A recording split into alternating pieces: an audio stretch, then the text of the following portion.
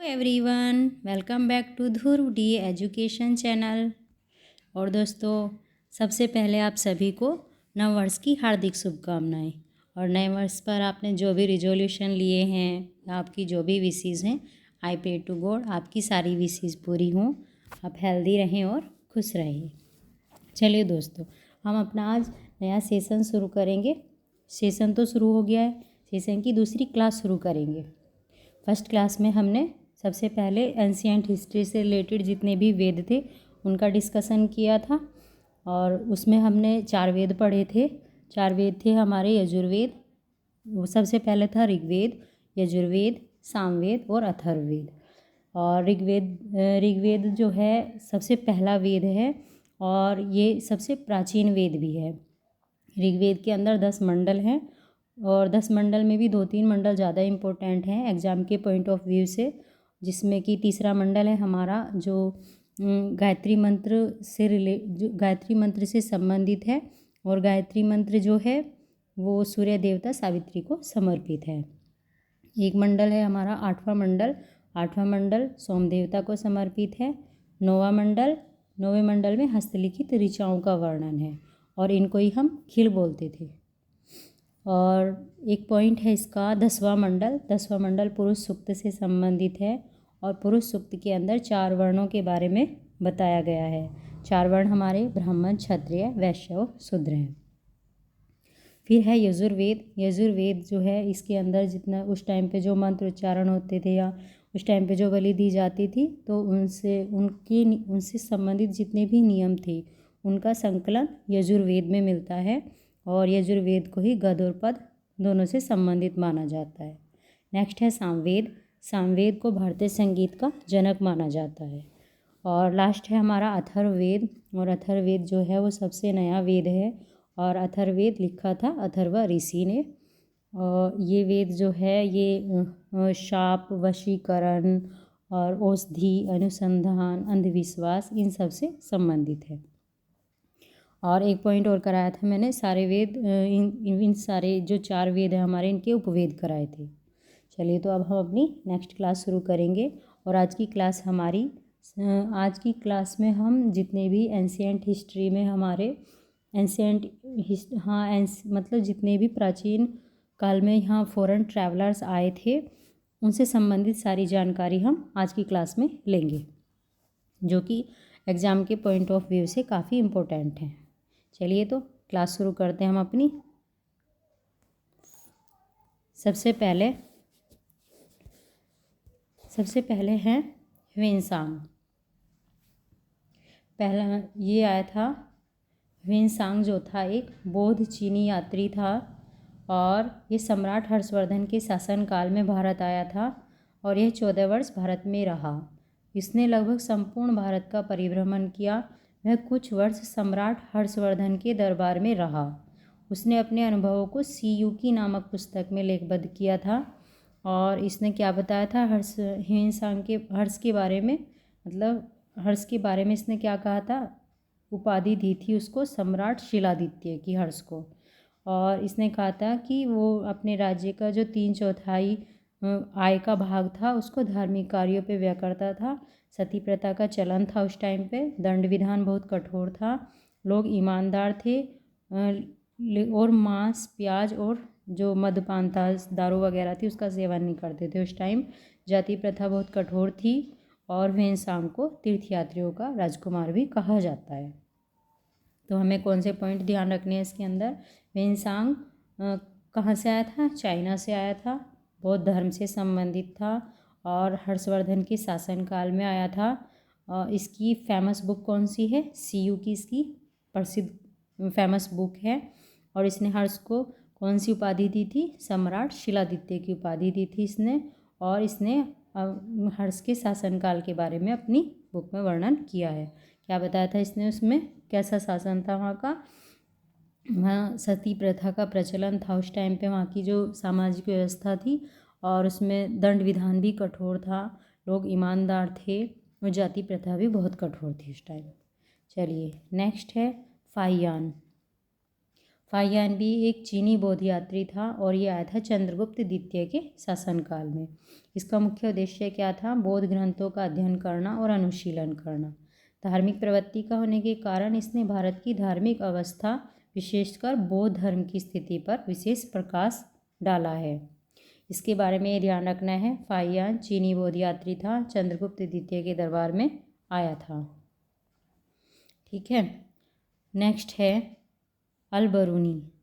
अल-बरूनी 11वीं शताब्दी में आया था और ये महमूद गजनवी का प्रमुख दरबारी था। ठीक है, और उसके साथ ही भारत आया था और इसकी प्रसिद्ध बुक है तहकीके हिंद, किताबुल हिंद भी बोलते हैं इसे, और या तहकीके हिंद भी कहते हैं। इसने भारत के संबंध में अपना विस्तृत विवरण दिया है। इसके बारे में इसने भारत के बारे में इसमें पूरी डिटेल से बताया है और इसने बताया था कि भारतीय समाज 16 जातियों में बटा हुआ था और उसकी बुक में ब्राह्मणों को विशेष अधिकार, वैश्य जाति की दशा में गिरावट, बाल विवाह, सती प्रथा, विधवा विवाह जैसी कुप्रथाओं का भी वर्णन किया गया है। नेक्स्ट है हमारा अब्दुल रज्जाक। अब्दुल रज्जाक कहाँ से आया था? फारस से आया था। ये फारस का राजदूत था और ये 1442-43 ईस्वी में विजयनगर आया था और विजयनगर का राजा उस टाइम कौन था? देवराज द्वितीय। इसने अपने विवरण में विजयनगर राज्य के व्यापार, उद्योग, बंदरगाह, कृषि, निवासियों के रहन सहन, रीति रिवाज, खजाने आदि का अच्छा वर्णन किया है और इसने बताया है कि राजा के महल में कई तहखाने होते थे और उसमें सोना भरा हुआ है। राजा के महल में कई तहखाने हैं, उसके अंदर सोना भरा हुआ है और ऐसा लगता है जैसे ढेर हो सोने का। विजयनगर के विषय में इसने लिखा है कि मैंने पूरे विश्व में इसके समान दूसरा नगर नहीं देखा है। ठीक है, ध्यान रखेंगे। अब्दुल रज्जाक फारस का राजदूत था, 1442-43 ईस्वी में आया था, विजयनगर में आया था और विजयनगर का शासक कौन था उस टाइम? देवराज द्वितीय था और विजयनगर के बारे में इसने अपनी बुक के अंदर वर्णन किया है। नेक्स्ट है थॉमस रो। थॉमस रो भी बोलते हैं इस इंग्लिश में, थॉमस रो, हिंदी में क्या है ये? तो थॉमस रो ये ब्रिटिश दूत था और 1615 ईस्वी में आया था जहांगीर के शासनकाल में। मांडू और अहमदाबाद की यात्रा की थी इसने और इसने मुगल साम्राज्य और अपनी यात्रा का विवरण अपनी पुस्तक a voyage to East Indies में दिया है। उसने मुगल दरबार में होने वाले षड्यंत्रों और भ्रष्टाचार के विषय में लिखा है। भारत में 4 वर्ष तक रहा था। ठीक है, थॉमस रो क्या था? एक ब्रिटिश राजदूत था ये। और कब आया था ये इंडिया? 1615 में आया था ये इंडिया में और जहांगीर के शासनकाल में आया था और इसकी बुक का क्या नाम है? A voyage to East Indies, ये इसकी फेमस बुक है। नेक्स्ट है इत सिंह। इत सिंह भी एक चीनी बौद्ध यात्री था और इसकी पुस्तक कौन सी थी? प्रमुख बौद्ध भिक्षुओं की आत्मकथाएं। इसकी पुस्तक का नाम है प्रमुख बौद्ध भिक्षुओं की आत्मकथाएं और ये कौन था? एक चीनी बौद्ध यात्री था। नेक्स्ट मैगस्थनीज है। मैगस्थनीज का ध्यान रखना है कि ये यूनानी शासक सेल्यूकस ने इसको दूत बना के भेजा था। कहाँ? चंद्रगुप्त मौर्य के दरबार में भेजा था और इसकी एक फेमस बुक है इंडिका। ठीक है, इंडिका से पता चलता है प्राचीन इतिहास के बारे में और जिस टाइम ये यहाँ आया था इंडिया में उस टाइम मौर्यों के शासनकाल में आया था ये। तो मौर्यों की राजधानी उस टाइम क्या थी? पाटलिपुत्र थी। ठीक है, ये बोलते हैं कि इसका तो जो मूल ग्रंथ था वो नष्ट हो गया है, लेकिन बाद में जो यूनानी यात्री आए थे जैसे स्ट्रैबो आया, प्लिनी आया, एरियन आया, तो इनके उद्धरण से मैगनीज के विवरण के बारे में जानकारी मिलती है। तो मैगस्थनीज के बारे में इतना ध्यान रखना है कि मैगस्थनीज जो था वो यूनान से आया था और सेल्यूकस निकेटर ने उसको अपना दूत बना के भेजा था चंद्रगुप्त द्वितीय के शासनकाल में। और एक इसकी फेमस बुक का नाम ध्यान रखना है इंडिका। इंडिका इसकी बहुत फेमस बुक है।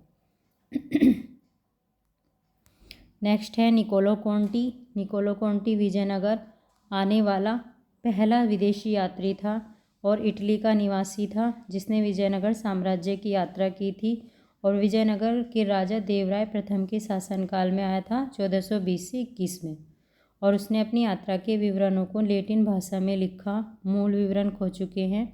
उसने विजयनगर साम्राज्य के विषय में महत्वपूर्ण जानकारी दी है और इसने यहाँ के शहर, राजदरबार, प्रथाओं और त्योहारों का वर्णन किया है।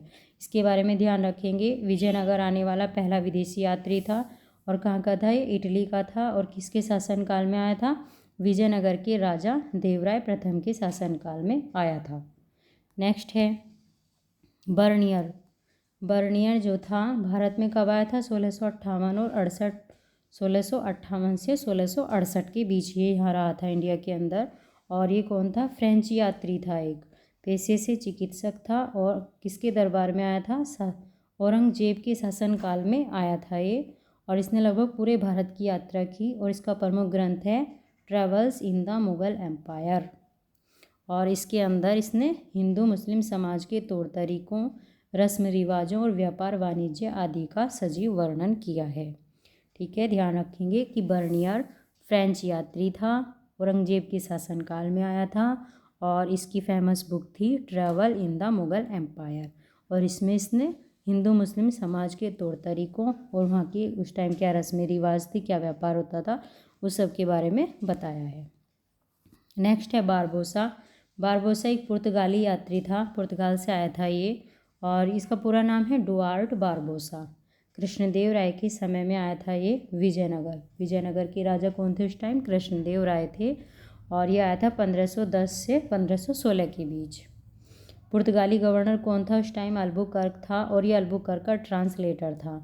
इसने विजयनगर की सामाजिक दशा, अर्थव्यवस्था, राज्य की नीतियों आदि के बारे में अपने विवरण में उल्लेख किया है।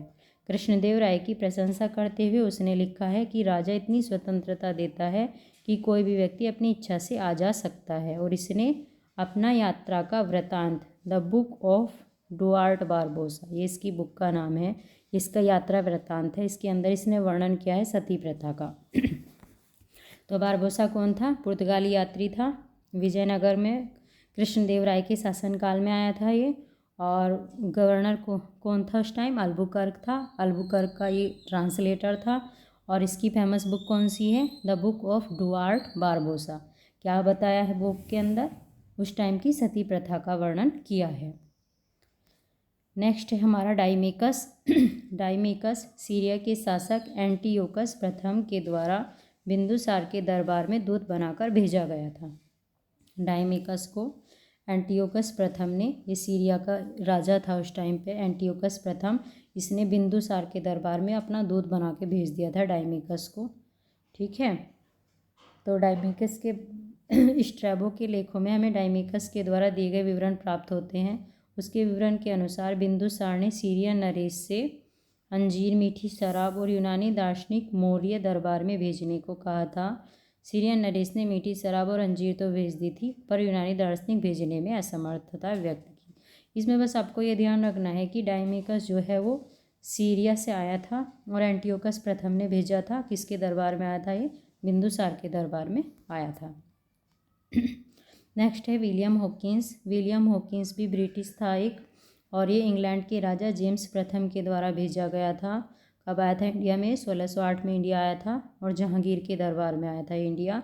1611 ईस्वी तक जहांगीर के दरबार में ही रहा था। 1608 से 1611 तक ये जहांगीर के दरबार में रहा था। और एक इम्पोर्टेंट पॉइंट और है इसका कि जहांगीर के समय विलियम हॉकिंस आया था हेक्टर नामक जहाज़ से। ठीक है, ध्यान रखना है, केबीसी में भी पूछा जा चुका है क्वेश्चन और एग्ज़ाम में भी आ सकता है कहीं ना कहीं ज़रूर। ठीक है, देखें विलियम हॉकिंस कौन था? ब्रिटिश था। जेम्स प्रथम ने भेजा था इसे अपना राजदूत बना के। और किसके दरबार में भेजा था? जहांगीर के दरबार में आया था 1608 में। और जहाज़ का क्या नाम था जिससे ये आया था? हेक्टर जहाज़। ठीक है, नेक्स्ट है Marco Polo. Marco Polo Italy का यात्री था। 13वीं शताब्दी में आया था ये और विश्व भ्रमण के उद्देश्य से निकला था। और भारत कब पहुंचा? 1292 में उस टाइम पे। और सबसे पहले भारत में पांड्य राज्य के कयाल बंदरगाह पे पहुंचा था। और उस समय वहाँ पांड्य शासिका कौन थी? रुद्रम्बा देवी। रुद्रम्बा देवी वहाँ शासन कर रही थी उस टाइम पे। उसने अपने यात्रा वृतांत का द ट्रैवल नामक पुस्तक में लिखा है। किस में लिखा है? The travel. द ट्रैवल नामक उसकी बुक है, उसके अंदर अपना यात्रा वृतांत बताया है, जिसमें दक्षिण के राज्यों की आश्चर्यजनक आर्थिक समृद्धि, विदेशी व्यापार, वाणिज्य का वर्णन किया गया है। इसने भारत भ्रमण 1292 से 93 ईस्वी 1 साल तक किया। इसकी एक अन्य पुस्तक सर मार्को पोलो की पुस्तक में भारत के आर्थिक इतिहास का वर्णन किया गया है। ठीक है, तो ध्यान रखेंगे मार्को पोलो इटली का यात्री था, 13वीं शताब्दी में आया था और भारत में सबसे पहले कहाँ आया था? कयाल बंदरगाह पे। उस टाइम पे शासिका कौन थी पांड्य राज्य की? रुद्रम्बा देवी थी। बुक का क्या नाम है इसकी? The travels. और एक बुक थी इसकी सर मार्को पोलो की पुस्तक। और इसके अंदर इसने क्या बताया? द ट्रेवल में इसने बताया कि दक्षिण के जो राज्य थे उस टाइम पे कितने समृद्धशाली थे और कैसा व्यापार होता था विदेशों से उनका, तो उसके बारे में वर्णन किया है। और जो ये थी सर मार्को पोलो की पुस्तक थी, इसमें इसने भारत के आर्थिक इतिहास के बारे में बताया है। नेक्स्ट है डायनोसियस। डायनोसियस मिस्र के राजा टोलमी फिलाडेल्फस का राजदूत था। ठीक है, ध्यान रखना है कहाँ का था ये? मिस्र से आया था और ये टोलमी फिलाडेल्फस का राजदूत था जो मौर्य सम्राट बिंदुसार के दरबार में आया था। ठीक है, डायमिकस की ही भांति स्ट्रैबो आदि परवर्ती यूनानी लेखकों के विवरणों में इसकी तत्कालीन सामाजिक और आर्थिक दशाओं पर उदाहरण मिलते हैं। डायनोसियस मिस्र के राजा टोलमी फिलाडेल्फस का राजदूत था और ये बिंदुसार के दरबार में आया था। बस इतना ध्यान रखना है आपको। नेक्स्ट पॉइंट है, ये कुछ एक्स्ट्रा पॉइंट डाल दिए मैंने। जैसे टोलमी था, टोलमी कौन था? ग्रीस था ये। ठीक है, फ्रॉम ग्रीस से आया था ये और एक जोग्राफर था। कब आया था? 130 AD में आया था। और एक है इब्न बतूता, बहुत इंपॉर्टेंट है ये, और ये आया था मोहम्मद बिन तुगलक के शासनकाल में। मोहम्मद बिन तुगलक ने इसे अपने यहाँ का काजी भी नियुक्त कर दिया था। और कौन था ये? मोरक्को से आया था ये, मोरिश ट्रैवलर था। और इसकी एक फेमस बुक है रिहिला। ठीक है, रिहिला ध्यान रखनी है, मोस्ट इम्पोर्टेंट बुक है ये एग्जाम में आ चुकी है। कब आया था ये इब्न बतूता? 1333 में आया था और 1347 तक इंडिया में रहा था। तो ये आपके आज कुछ फेमस फॉरेन ट्रैवलर्स थे जो कि किसी ना किसी एग्ज़ाम में इनसे ज़रूर कोई ना एक या दो क्वेश्चन तो ज़रूर पूछा जाता है। ठीक है, तो आई होप आप सबको ये क्लास समझ आई होगी और पसंद भी आई होगी। ठीक है दोस्तों, चलिए तो थैंक यू सो मच।